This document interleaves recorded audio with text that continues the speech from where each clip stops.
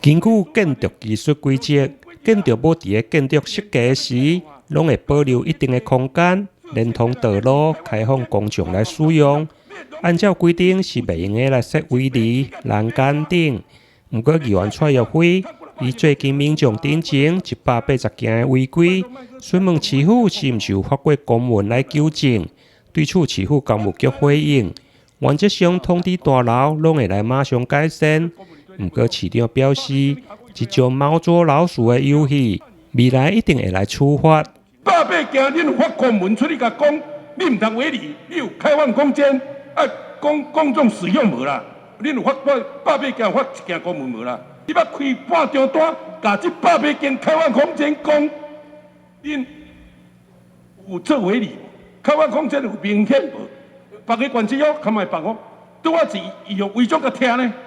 恁有180件有通知一件无啦？180件开无半张，也无讲伊开放空间无用，也无讲违例袂使，也无讲咱停车场袂当用，伊拢照做呢？你毋是道理财团无是安怎？我讲伊是拢迄个问的关系啦，毋是真正讲啥物违章啦。所以大部分阮若甲纠正，伊就拢解决啦。所以纠正是我甲你讲，你甲纠正的，我还袂甲你讲，你甲纠正。门应该爱拍开，伊无拍开，大概是这种。标示。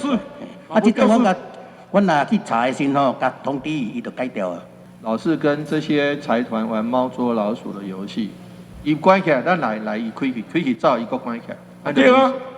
所以我要伫上短的时间来尽速来订定这个办法，里面要有法则。要有法则，毋是讲来甲你劝导，你搁走好，安尼无效啊。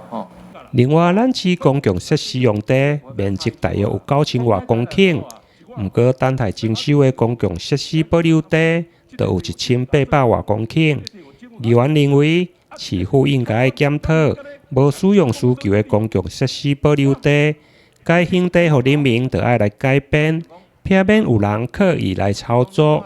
台南新闻联跟刘品言采访报道。